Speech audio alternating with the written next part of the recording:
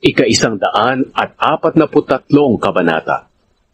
Panalangin sa oras ng kahirapan. Panginoon, dinggin niyo ang aking panalangin. Dinggin niyo ang aking pagsusumamo. Tulungan niyo ako, dahil kayo ay matuwid at tapat. Huwag niyong hatulan ang inyong lingkod, dahil walang sino mang matuwid sa inyong harapan. Tinugis ako ng aking mga kaaway. Tinalo ako at inilagay sa madilim na bilangguan. Tulad ako ng isang taong matagal ng patay. Kaya nawalan na ako ng pag-asa. At punong-puno ng takot ang puso ko.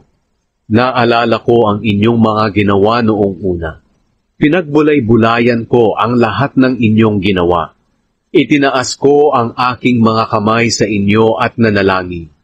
Kinauuhawan ko kayo tulad ng tuyong lupa na uhaw sa tubig. Panginoon, agad niyo akong sagutin. Nawawalan na ako ng pag-asa.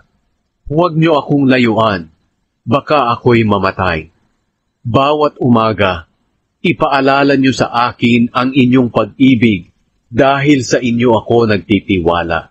Ipakita niyo sa akin ang tamang daan na dapat kong daanan. Dahil sa inyo ako nananalangin. Panginoon, iligtas niyo ako sa aking mga kaaway. Dahil sa inyo ako humihingi ng kalinga. Turuan niyo akong sundin ang inyong kalooban. Dahil kayo ang aking Diyos.